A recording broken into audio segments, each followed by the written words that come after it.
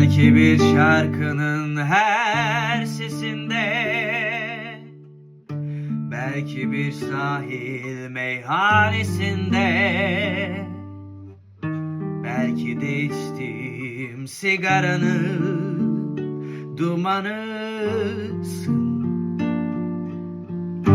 Bir yıldız gökte kayıp giderken, ıslak bir yolda yalnız yürürken, bambaşka bir şeyi düşünürken aklımdasın.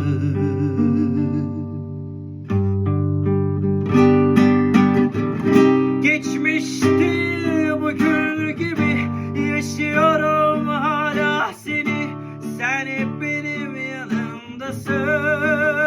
Of, gündüzümde gecemdesin, çalınmasın söylenmesin, sen benim şarkılarımsın.